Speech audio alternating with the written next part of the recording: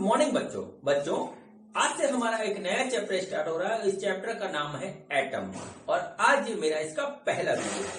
बच्चों आज के वीडियो में मैं आपको बताऊंगा रदरफोर्ड एटॉमिक मॉडल के बारे में जो उन्होंने अल्फा स्कैटरिंग एक्सपेरिमेंट के साथ दिया था। बच्चों इस चैप्टर में जो आप एटम के बारे में पढ़ेंगे वो आपने पिछले जितने भी क्लास में एटम के बारे में पढ़ा है उससे थोड़ा सा डिफरेंट है। और मेरी ये आपसे रिक्वेस्ट है और सजेशन भी है कि अगर आप इस चैप्टर को बहुत अच्छी तरीके से समझना चाहते हो और सारे न्यूमेरिकल सॉल्व करना चाहते हो तो आप हर एक वीडियो को एक सीक्वेंस में देखिएगा, बीच बीच में से वीडियो मत देखिएगा। तभी आप जो लास्ट में इसका पार्ट है स्पेक्ट्रम वाला तभी आपको अच्छी तरीके से समझ में आएगा। ठीक है बच्चों जैसा कि आप जानते हैं कि मेरे को चैनल मेरी बेटी वंशिका अग्रवाल ने बना करके दिया है जिसका नाम इसे रखा है मेरे पिताश्री की पाठशाला। और इस पाठशाला में मैं आपको पढ़ा रहा हूँ फिजिक्स, केमिस्ट्री और मैथ। तो बच्चों मैं अपना टॉपिक स्टार्ट करता हूँ। तो आज मेरे यूट्यूब चैनल मेरे पिताश्री की पाठशाला में मेरे पापा आपको रदरफोर्ड एटॉमिक मॉडल के बारे में बताएंगे। तो मैं जाती हूँ, मेरे पापा आपको पढ़ाएंगे। तो बच्चों हेडिंग डालिए रदरफोर्ड एटॉमिक मॉडल। ठीक है, एटम के चैप्टर का पहला वीडियो हमारा बनेगा, वो बनेगा रदरफोर्ड। ठीक है, रदरफोर्ड एटॉमिक मॉडल। ठीक है बच्चों, रदरफोर्ड साहब ने दुनिया को अपने एक्सपेरिमेंट से एक जो है एटम का मॉडल दिया और उससे जो है एटम के बारे में काफी हद तक क्लैरिटी हो गई और साइंस की दुनिया में नए नए इन्वेंशन होने लगे। ठीक है बच्चों, अब देखिए इनके मॉडल को समझने से पहले इनके जो सर थे जिनके अंडर में पीएचडी कर रहे थे उनके मॉडल को पढ़ते हैं और उनका नाम था जे थॉमसन। ठीक है, जे थॉमसन। सबसे पहले एटम का जो मॉडल दिया था वो जे थॉमसन साहब ने दिया था। और बच्चों ये मॉडल उन्होंने दिया था 1898 में, 1898 में। और बच्चों इनके मॉडल को जाना जाता है प्लम पुडिंग मॉडल के नाम से। ठीक है, एटम मॉडल मतलब इनका नाम है कि plum pudding model of atom. ठीक है, ये बच्चों हमारा था। इसमें इन्होंने कहा क्या था वो मैं आपको शॉर्टकट में बताता हूं। उन्होंने बताया था कि एटम हमारा एक सॉलिड स्फीयर है। सबसे पहले ये बात उन्होंने बताई थी और ये बोला था कि इसकी स्फीयर के पूरे वॉल्यूम में जो है एटम का पॉजिटिव चार्ज जो है वो डिस्ट्रीब्यूटेड है और इलेक्ट्रॉन इसके अंदर जो है रैंडमली इधर उधर जो है फंसे हुए हैं। ठीक उसी तरीके से जैसा कि हमारा वाटरमेलन यानी कि तरबूज के अंदर उसके बीज फंसे हुए हैं, ठीक उसी तरीके से इलेक्ट्रॉन जो है वो हमारा जो है एटम के अंदर पॉजिटिव चार्ज के वॉल्यूम में फंसा हुआ है। ठीक है, ये बात उन्होंने बताई। और बच्चों ये बात उन्होंने इसके बाद बताई कि इलेक्ट्रॉन के ऊपर निगेटिव चार्ज है। ठीक है, इलेक्ट्रॉन के अंदर निगेटिव चार्ज है और बच्चों यहां पर जो है इलेक्ट्रॉन को छोड़कर के जो भी वॉल्यूम है वहां पर पॉजिटिव चार्ज है। और ये नहीं बता पाए वो कि यहां पर पॉजिटिव चार्ज क्यों है। लेकिन उन्होंने एक बात और बताई कि ये निगेटिव चार्ज और ये पॉजिटिव चार्ज इक्वल है और इस तरीके से एटम हमारा एक इलेक्ट्रिकली न्यूट्रल जो है ऑब्जेक्ट है, इलेक्ट्रिकली न्यूट्रल ऑब्जेक्ट है। इतनी बात जो है जे थॉमसन साहब ने बताई थी। ठीक है, फिर दुनिया इसके बारे में स्टडी करने लगी, इसको समझने लगी। और बच्चों इनके ही स्टूडेंट थे रदरफोर्ड साहब और उन्होंने थोड़े दिन बाद जो है अपना मॉडल दुनिया के सामने रखा और इस मॉडल के अंदर जो कमी थी वो उन्होंने दिया। और ये मॉडल जो था वो ऐसा था जो कि एटम की सारी प्रॉपर्टीज को डिफाइन नहीं कर पा रहा था। तो इसके कारण जो है जब इनका मॉडल आया तो ये मॉडल रिजेक्ट हो गया और ये वाला जो है एक्सेप्ट हो गया दुनिया में। तो बच्चों देखिए अब बात करते हैं कि रदरफोर्ड साहब का हमारा एटॉमिक मॉडल था क्या। ठीक है बच्चों, तो चलिए शुरुआत से बिल्कुल स्टार्ट करते हैं। तो इनका जो है एटॉमिक मॉडल था वो बच्चों जो था वो अल्फा पार्टिकल, वो हमारा था alpha particle scattering scattering experiment के ऊपर बेस था। एक्सपेरिमेंट के स्कैटरिंग एक्सपेरिमेंट इसके ऊपर जो है वो बेस था। अब बच्चों ये वाला एक्सपेरिमेंट उन्होंने सबसे पहले किया 1905 में, जो कि इन्होंने स्वयं किया था, रदरफोर्ड साहब ने। ठीक है, रदरफोर्ड साहब ने किया था, लेकिन जो है फाइनल कंक्लूजन पे वो नहीं पहुंच पाए। ठीक है, और उसके बारे में लगातार वो रिसर्च करते रहे और बार बार उसको जो है रिपीट करते रहे। और इनके ही दो स्टूडेंट थे, ठीक है, उनको उन्होंने 1911 में जो है अपना जो है दे दिया। इनका नाम था, एक का नाम था एच गीगर, ठीक है, H Geiger and E Marston, ठीक है, ई मार्सडेन। ये दो इनके स्टूडेंट थे जिनको इन्होंने अपना ये पूरा मॉडल दिया। बोले कि तुम दोनों इसके ऊपर जो है काम करो, मैं ऑब्जर्वेशन लूंगा और देखना यहां से कोई ना कोई जो है रिजल्ट हमारा निकलेगा। तो बच्चों इनके कहने से इनके स्टूडेंट गीगर एंड मार्सडन ने इनके अंडर में जो है काम किया। इसलिए कुछ बुक्स में ये भी लिखा हुआ है कि Geiger and Marsden experiment, Rutherford experiment ज्यादा बुक में लिखा हुआ है। आपको जो अच्छा लगे आप वो समझ लीजिए। ठीक है बच्चों, तो बच्चों चलिए अब देखते हैं कि ये एक्सपेरिमेंट क्या था और उस एक्सपेरिमेंट का अरेंजमेंट क्या था। ठीक है, सबसे पहले हम उसको देखेंगे, फिर उसके बारे में बातचीत करेंगे। ठीक, तो चलिए बच्चों यहां पर मैं उसका बनाता हूं फिगर। फिगर ये था कि यहां पर एक जो है स्फेरिकल जो है ग्लास का इस तरीके से एक लिया गया ऑब्जेक्ट, काफी बड़ा था, स्फेरिकल था, अंदर से ये खोखला था और इसके अंदर था वैक्यूम। इसके अंदर बच्चों एक अल्फा पार्टिकल का सोर्स रखा गया।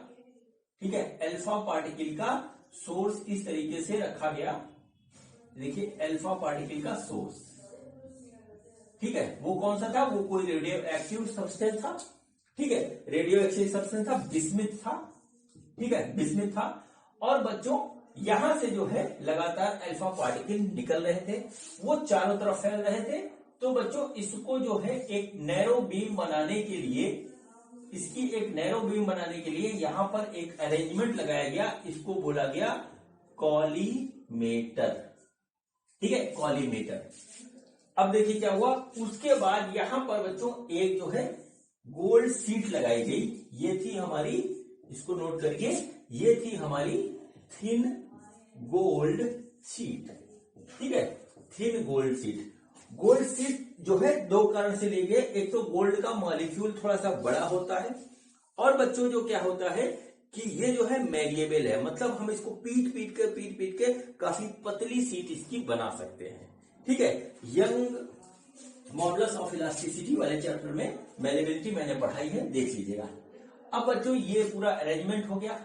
बच्चों इसके इनर सरफेस पे ये जो हमारा ग्लास का स्फेयर है बड़ा सा, जिसके अंदर वैक्यूम है, इसके इनर सरफेस पे बच्चों जिंक सल्फाइड, ठीक है, जिंक सल्फाइड का जो है एक कोटिंग कर दी गई।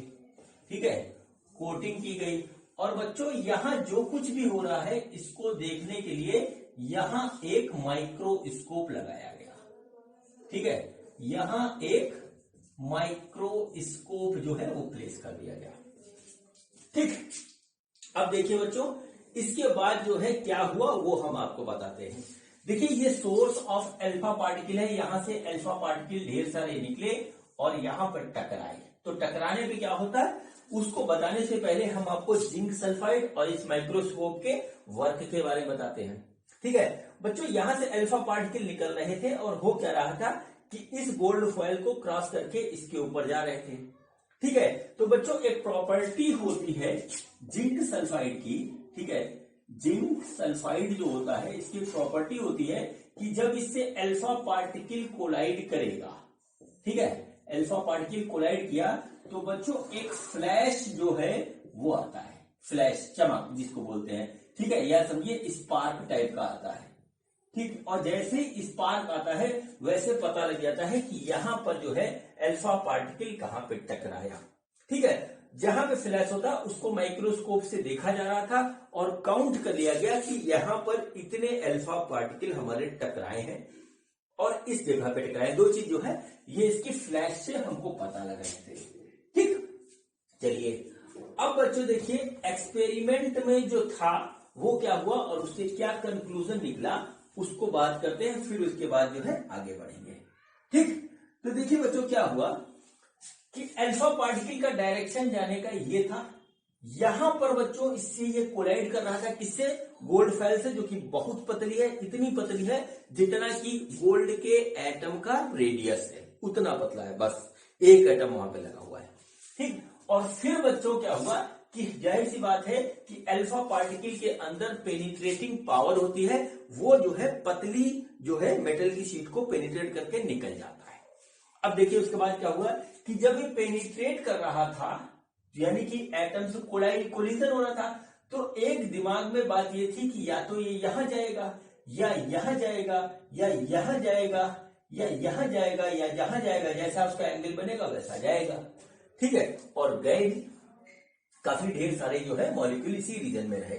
लेकिन जो सबसे ज्यादा जो आश्चर्यजनक बात थी, जिसके लिए पूरा चैम्बर बनाया गया, बाद में इनिशियली नहीं बनाया गया, बाद में बनाया गया, कि ये जो है ये अल्फा पार्टिकल टकराने के बाद यहां भी गया, यहां भी गया, यहां भी गया, यहां भी गया, मतलब पूरे में जो है थोड़ा थोड़ा यहाँ पे जो है इस पार्ट दिख रहा था, इस पूरे रीजन में, और यहां पे सबसे ज्यादा दिख रहा था, मतलब ये हर जगह जा रहा था।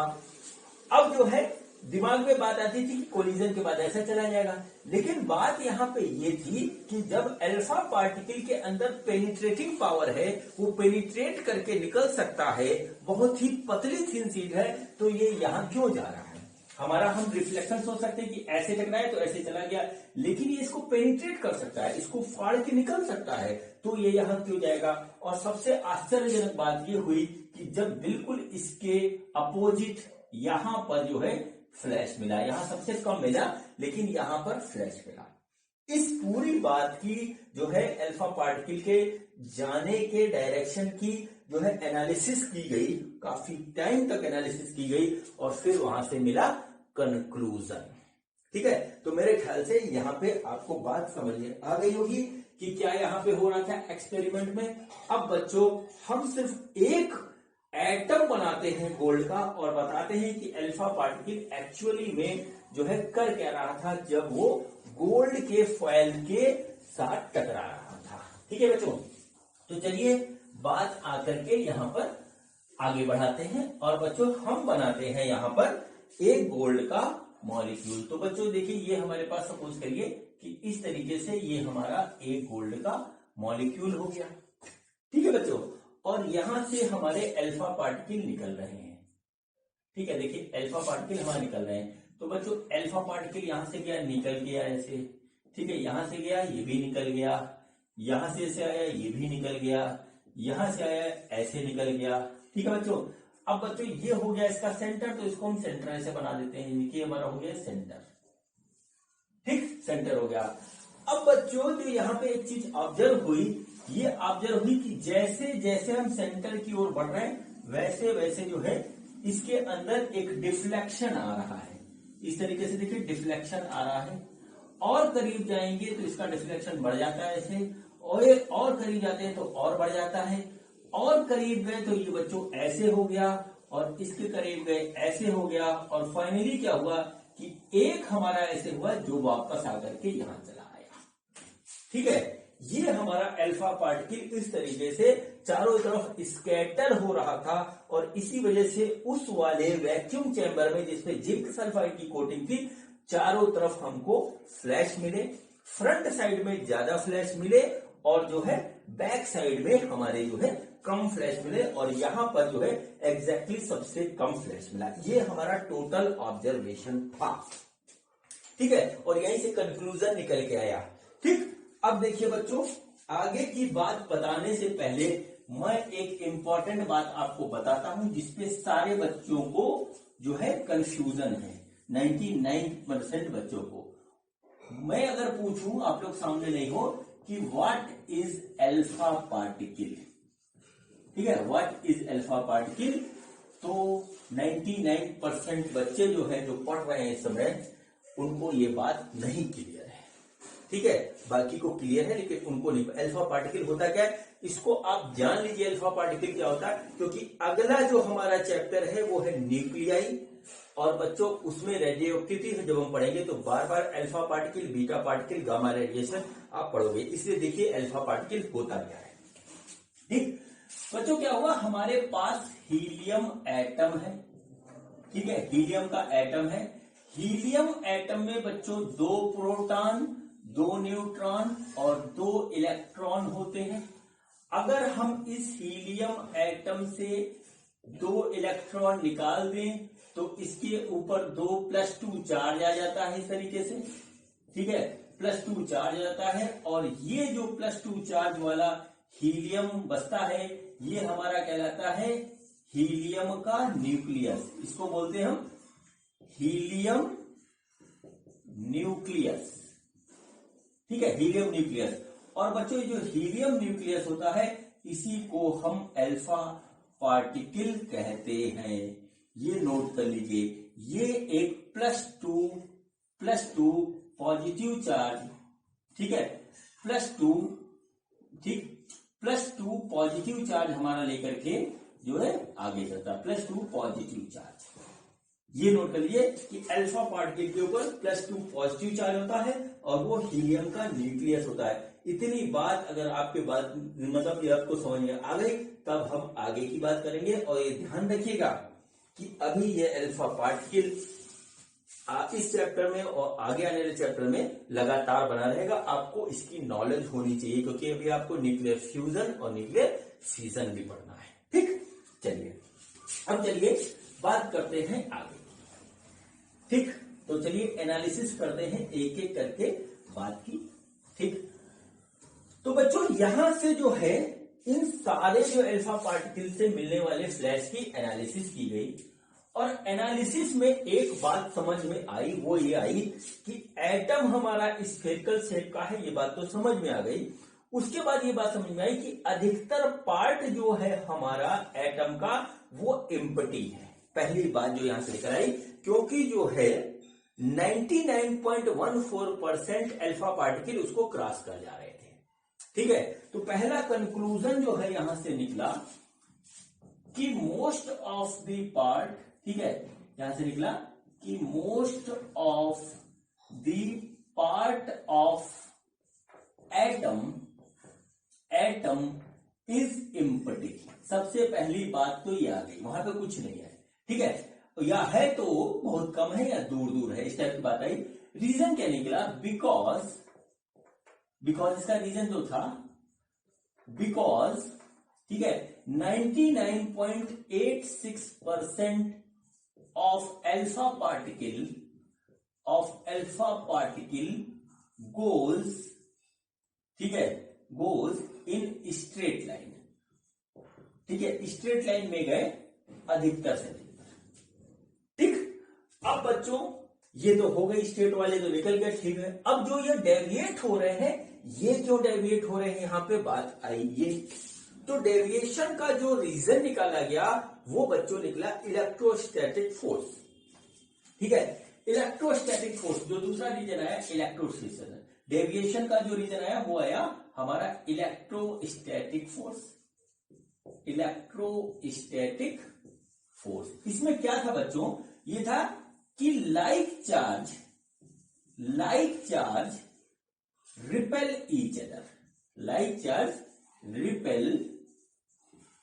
ईच अदर, एक दूसरे को रिपेल करते हैं। किस तरीके से करते हैं बच्चों, पॉजिटिव चार्ज पॉजिटिव को रिपेल करेगा, नेगेटिव चार्ज नेगेटिव को रिपेल करेगा। ये बच्चों पहले चैप्टर में आपको पढ़ाया गया था, आपको पता भी है। अब बच्चों क्या हुआ कि हमारा अल्फा पार्टिकल कैसा पार्टिकल है, वो है हमारा पॉजिटिव चार्ज पार्टिकल, ठीक है, पॉजिटिव चार्ज पार्टिकल। अब बच्चों ये पॉजिटिव चार्ज अगर किसी पॉजिटिव चार्ज वाले पोर्शन में जाएगा तो क्या होगा, रिपल्सन होगा, और यही कारण था कि यहां के पास जाकर के रिपेल हो जा रहा था, यही एक कारण था। ठीक है, तो बच्चों यहां से जो दूसरा कंक्लूजन निकला वो ये निकला देयर इज, ठीक है, ये बात अभी समझ में। दूसरा कंक्लूजन जो निकला कि there is some positive charge, ठीक है, in the centre of atom. क्यों? क्योंकि जैसे जैसे हम सेंटर के पास जा रहे हैं वहां से अल्फा पार्टिकल जो है रिपेल होता है, ठीक है। ये बात यहां से निकल के आई। फिर जो तीसरी बात जो निकली इसी से रिलेटेड है वो कि दिस पॉजिटिव चार्ज, ठीक है, दिस पॉजिटिव चार्ज, ठीक है, इज कंसंट्रेटेड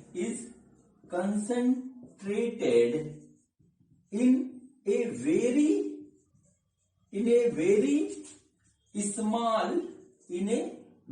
small, ठीक है, concentrated in very small portion of center, और बच्चों इसको जो नाम दिया गया nucleus. And this centre is known as, या कॉल्ड लिख लीजिए, इज कॉल्ड, ठीक है, न्यूक्लियस। ये हमारा न्यूक्लियस कहलाता है। ये बात समझ लीजिए।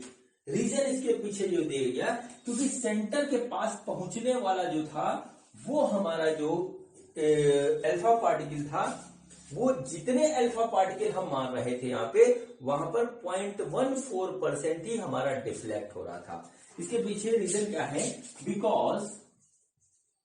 Because only 0.14% of alpha particle, ठीक है, deviated through an angle more than 1 degree, मतलब theta is greater than 1 degree. अब बच्चों थीटा कहां से था? जैसे ये स्ट्रेट ऐसे जा रहा है इस तरीके से, तो थीटा ये हुआ। जैसे यहाँ पे ये स्ट्रेट ऐसे जा रहा है तो इसका थीटा ये हुआ। इस तरीके से हमारा जो है ये था। ये बच्चों यहां से कंक्लूजन हमारे पास इस तरीके से निकल के आया, ठीक। अब देखिए बच्चों, इसके बाद जो है और भी जो है कुछ चीजें जो है यहां पर निकली, वो मैं आपको बता रहा हूं। तो देखिए इसमें जो है इन्होंने कितने अल्फा पार्टिकल जो है यहां पर प्रोजेक्ट किए और उनके साथ क्या हुआ, अब मैं उसके ऊपर आता हूं, ठीक है। अब मैं इसके ऊपर आता हूं। तो एक बात जो एनालाइज की गई वो ये एनालाइज की गई कि जो है, तो बच्चों इसके बाद जो है इस बात की एनालिसिस हुई कि हम कितने नंबर ऑफ जो है अल्फा पार्टिकल जो है गोल्ड फॉइल के ऊपर डाल रहे हैं और कितने जो है हमारे जा रहे हैं कहां पे। तो बच्चों उसकी एनालिसिस की गई। सपोज करिए कि 1 करोड़ के लगभग, एक एस्टिमेटेड आइडिया लिया गया कि 1 करोड़ के लगभग अल्फा पार्टिकल जो है गोल्ड फॉइल के ऊपर जो है बम्बार्ड किए गए। उसमें से देखा गया कि 1 आउट ऑफ जो है 8000 अल्फा पार्टिकल, ठीक है, 1 out of 8000 alpha particles deviate more than 90 degree angle. ये बच्चों एनालिसिस की गई। और बच्चों 1 करोड़ में इतने जो देखा गया कि 8000 में से जो है वो इतना जो है हमारा जा रहा था। अब इसी रेशियो से आप 1 करोड़ का रेशियो निकाल लीजिए कि 8000 में से 1 है तो 1 करोड़ में से कितने पीछे जा रहे हैं, वो भी मोर देन 90%। और बच्चों फिर इसमें एक बात देखी गई कि 1 आउट ऑफ 10⁶ अल्फा पार्टिकल, ठीक है, shows exactly 180 degree deviation from its path, ठीक है। हुआ क्या बच्चों, मोर देन 90 वालों को एनालिसिस करें तो ऐसे गया, ऐसे निकल गया, वैसे गया, ऐसे निकल गया, ऐसे गया, लेकिन 1 मिलियन में से सिर्फ एक अल्फा पार्टिकल ऐसा था जो जा रहा था और वापस एग्जैक्टली 180 डिग्री पे आ रहा था। ये बच्चों सिर्फ 1 मिलियन में से एक को देखा गया। इससे ये कंक्लूजन निकल गया कि जितना भी जो है यहां पर कंसंट्रेटेड है पॉजिटिव चार्ज वो इसके सेंटर में है और सिर्फ यही है और बहुत ही छोटा सा पार्ट है और डेंस पार्ट है। ठीक है बच्चों, यहां से इस चीज का कंक्लूजन निकल गया और फिर बाद में इसको नाम दिया गया न्यूक्लियस। फिर रदरफोर्ड साहब ने एक फार्मूला डिराइव किया, उस फार्मूले को जिससे निकाल रहे थे, उस फार्मूले से हमें यह पता लगता था कि कितने number of particle alpha particle किस एंगल पे डेविएट करेंगे। ठीक है, या हम कहें कि किसी पर्टिकुलर एंगल पे यदि जो अल्फा पार्टिकल डेविएट कर रहे हैं तो उसका नंबर क्या है। तो बच्चों यहां पर देखिए फार्मूला लिख लीजिए, number of alpha particle deviated at an angle theta. Theta angle पे कितने डेविएट हो रहे हैं उनको देखिए, n equal to K Z square upon sine की पावर 4 थीटा बाई 2। ये उन्होंने अपने एक्सपेरिमेंट से ये वाला जो है फार्मूला निकाला। इस फार्मूले का डेरिवेशन आपको करने की कोई जरूरत नहीं है, सिर्फ इस फार्मूले को जो है आप याद रखिए। ठीक है बच्चों, अब देखिए बच्चों, इसी फार्मूले पे हम जो है एक न्यूमेरिकल लगाते हैं। बात आपको अब तक समझ में आ गई होगी और फिर बच्चों फाइनल कंक्लूजन निकालेंगे कि हमारा जो है क्या निकला रदरफोर्ड के एटॉमिक मॉडल से। ठीक, तो बच्चों चलिए अब एक छोटा सा न्यूमेरिकल लगाते हैं और ये चैप्टर ये वीडियो उसके बाद जो है बच्चों कंप्लीट हो जाएगा।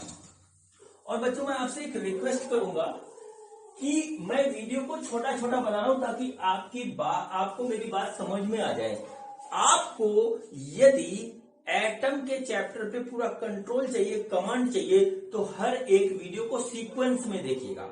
अगर आप सीक्वेंस में नहीं देखेंगे तो आपको जो है फिर जो लास्ट पार्ट है इसका, जहां पे हम स्पेक्ट्रम की एनालिसिस करते हैं, फिर उसको समझने में प्रॉब्लम आएगी। और एक बात मैं आपको और बताऊंगा, आप लोग काफी लंबे समय से बात पढ़ते चले आ रहे हो कि हमारा इलेक्ट्रॉन उसी ऑर्बिट में घूमता है जिसका रेडियस किसके बराबर होता है, NH/2 के बराबर होता है। ये बात आपने जो है पढ़ी होगी, जिसका रेडियस नहीं, जिसका जो है एंगुलर मोमेंटम हमारा इसके बराबर होता है या फिक्स्ड रेडियस में जो है वो घूमता है। मैं आपको बताऊंगा कि ये क्यों होता है। आपने याद कर रखा, मुझे पता है बहुत अच्छी तरीके से कि NH/2 NBR = NH/2। तो ये क्यों होता है ये मैं आपको बोर एटॉमिक मॉडल का जब वीडियो आएगा उसमें बताऊंगा। ध्यान से सुनिएगा, बहुत ही इंटरेस्टिंग है। और बच्चों इसमें यूज होती है हमारी डी ब्रॉगली हाइपोथेसिस। ठीक है, डी ब्रॉगली हाइपोथेसिस इसमें यूज होती है, जो अभी थोड़ी देर पहले आप लोगों ने पढ़ा है। चलिए वो जब आएंगे तो देखेंगे। तो बच्चों चलिए अब हम जो है न्यूमेरिकल लगाते हैं। और न्यूमेरिकल क्या है कि if 1000 alpha particle deviated through an angle of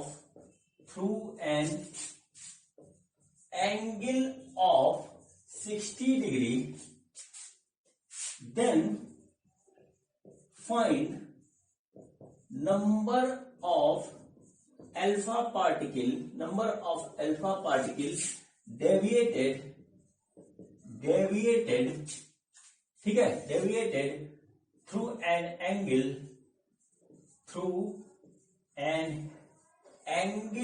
of 90 degree. ये बच्चों हमारा क्वेश्चन है। ये है कि कोई हम एक्सपेरिमेंट कर रहे हैं, किसी एटम पे कर रहे हैं, वो एटम का नाम हमको नहीं दे रखा है। तो बच्चों क्या हुआ कि हम जो है उसमें देखते हैं, ऑब्जर्व करते हैं कि 60 डिग्री एंगल पे जितने अल्फा पार्टिकल हमारे डेविएट होके गए उनका नंबर है दिस। तो 90 डिग्री पे जाने वालों का नंबर बताइए, ये क्वेश्चन है। ठीक, तो देखिए बच्चों फार्मूला हमारे पास क्या था, हमारे पास फार्मूला था N = K Z² divided by sine की पावर 4 θ/2, जहां पे बच्चों थीटा है एंगल ऑफ स्कैटरिंग। ठीक है, ऐसे नोट कर लीजिए, angle of scattering of alpha particle. Scattering हो गया या स्कैटरिंग एंगल कह सकते हैं उसका। अब बच्चों देखिए इस फार्मूले को हम पहले 60 डिग्री वाले पे अप्लाई करते हैं। तो देखिए क्या हुआ, 1000 equal to K Z square बटे साइन की पावर 4 और थीटा है हमारा 60, तो ये आएगा 60/2। ठीक है बच्चों, अब देखिए क्या हुआ, अब हमें 90 वाले का नंबर निकालना है। तो बच्चों हम इसको सपोज कर लेते हैं n90 लिख देते हैं। इसका मतलब है कि 90 डिग्री पे जो डेविएट हो रहा है इक्वल टू, देखिए कितना होगा, यह आएगा के जेड स्क्वायर बटे साइन की पावर 4 और 90/2। ऐसे हो गया बच्चों, देख लीजिए आराम से।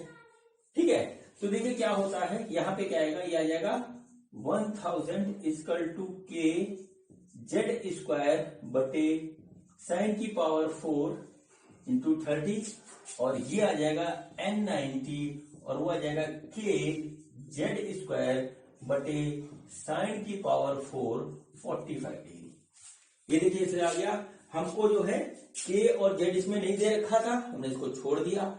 ठीक है, यहां पर भी इसको रखा। अब बच्चों हमको ये निकालना है, हम क्या करेंगे कि इसको इससे डिवाइड कर दे रहे हैं। तो देखिए क्या आएगा वो चीज देखिए, ये आएगा n90 divided by 1000 is equal to, ये वाला लिखेंगे K Z square upon sine की power 4 into 45 divided by K Z square upon sine की पावर 4 और 60, तो सॉरी 30 है ये। ठीक है, 30 ऐसे आ गया। ठीक है बच्चों, देखिए ये वाला क्वेश्चन हमारा कट गया और जब इसको सॉल्व करेंगे तो हमारे पास जो आ रहा है वो आ रहा है साइन की power 4 into 30 divided by sine की पावर 4 और 45। देखिए इस तरीके से आ गया। इसकी वैल्यूज रखेंगे तो देखिए क्या आएगा, ये आएगा 1/2 into 1/2 into 1/2 into 1/2 divided by 1/√2 into 1/√2 into 1/√2 into 1/√2। ठीक है बच्चों, तो देखिए बच्चों ये वाला 2 और ये दोनों कट जाएंगे, ये वाला 2 ये दोनों कट जाएंगे। हमारे पास क्या आ रहा है, हमारे पास आ रहा है n90 divided by 1000 equal to 1/4। यहां से बच्चों जब हम निकालेंगे तो हमारे पास आ जाएगा n90 इक्वल टू 250। 1000 ऊपर जाएगा, तो हमारे पास जो है 250 अल्फा पार्टिकल ऐसे होंगे जो 90 डिग्री के एंगल पे हमारे डेविएट करेंगे। ठीक है, इस तरीके से छोटे मोटे न्यूमेरिकल आते हैं इसमें, इस टॉपिक पे, और बच्चों जो है वो जो कि बहुत आसान होते हैं। ठीक, अब बच्चों हम देखते हैं कि हमारा रदरफोर्ड के एक्सपेरिमेंट से, कितने एक्सपेरिमेंट से जो हमारा मोटा मोटा जो हमारा निकला कंक्लूजन, वो क्या निकला उसको हम लिख लेते हैं। और बच्चों इसके दूसरे वीडियो में जो हम पढ़ेंगे वो पढ़ेंगे closest approach and impact parameter का जो है कंसेप्ट। क्या, क्लोजेस्ट अप्रोच नोट कर लीजिए, और इम्पैक्ट पैरामीटर का कंसेप्ट क्या होता है हमारा क्लोजेस्ट अप्रोच और क्या होता है बच्चों हमारा इम्पैक्ट पैरामीटर। तो बच्चों यहां से जो कंक्लूजन निकला सबसे पहला वो ये निकला कि जो है most of the part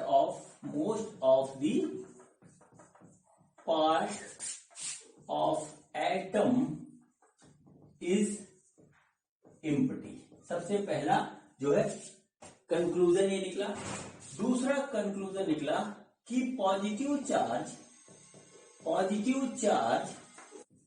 is concentrated in the center of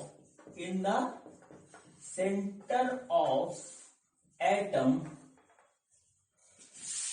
and it is known as nucleus. ठीक है बच्चों, अब बच्चों एक जो सबसे बड़ी प्रॉपर्टी थी कि एटम हमारा न्यूट्रल था, इलेक्ट्रिकली न्यूट्रल था। फिर यहां से जो है इस प्रॉपर्टी को देख करके जो तीसरा कंक्लूजन निकाला गया वो ये निकाला गया कि electron are revolved around the nucleus like planet around sun and positive charge of nucleus is exactly equal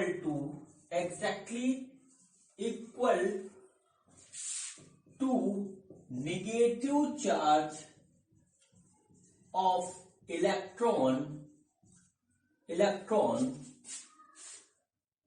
So the atom is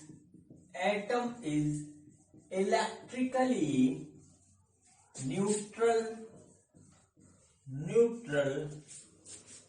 ठीक है, पार्ट ऑफ एनी मटेरियल।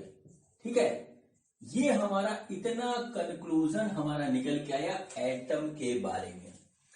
अब बच्चों इसके बाद जो है और एनालिसिस हुई और उस एनालिसिस के बाद जो है रदरफोर्ड साहब ने निकाला कि हमारा जो है न्यूक्लियस है, तो न्यूक्लियस का रेडियस क्या है और एटम का रेडियस किस ऑर्डर का है। अब बच्चों कैसे निकलता है और कितना आता है, ये बच्चों जानने के लिए हमको जो है जानना पड़ेगा दो कंसेप्ट। एक तो होता है बच्चों हमारा कि जो है क्या कहते हैं उसको, डिस्टेंस, ठीक है, closest approach, distance of closest approach. और बच्चों उसके बाद एक टर्म और आता है जिसको बोलते हैं हम इम्पैक्ट पैरामीटर। तो बच्चों distance of closest approach and impact parameter क्या होता है, ये बच्चों हम जानेंगे अगले वीडियो में। और ये वीडियो बच्चों आज यहीं पर कंप्लीट होता है। ठीक है बच्चों, मैं आपसे यही रिक्वेस्ट करूंगा कि इंटर के सिलेबस के हिसाब से अगर आपको जो है एटम के चैप्टर पे अपने पकड़ पूरी बनानी है तो इस प्लेलिस्ट की हर एक वीडियो बिल्कुल सीक्वेंस में देखिएगा, उसके फार्मूले देखिएगा और बच्चों उसके न्यूमेरिकल की प्रैक्टिस जरूर करिएगा, क्योंकि अगर आप बीच बीच से देखेंगे तो हो सकता है कि आपको कुछ बातें ना समझ में आए। ठीक है बच्चों, तो बच्चों अब हम मिलते हैं अगले वीडियो में और ये वीडियो देखने के लिए आपका बहुत बहुत धन्यवाद। Thank you.